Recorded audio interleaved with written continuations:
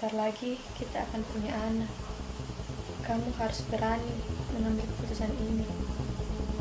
Apa kata anak kita nanti kalau ayahnya saja takut mengambil keputusan ini? Maaf, Bos. Saya harus berhenti dari pekerjaan.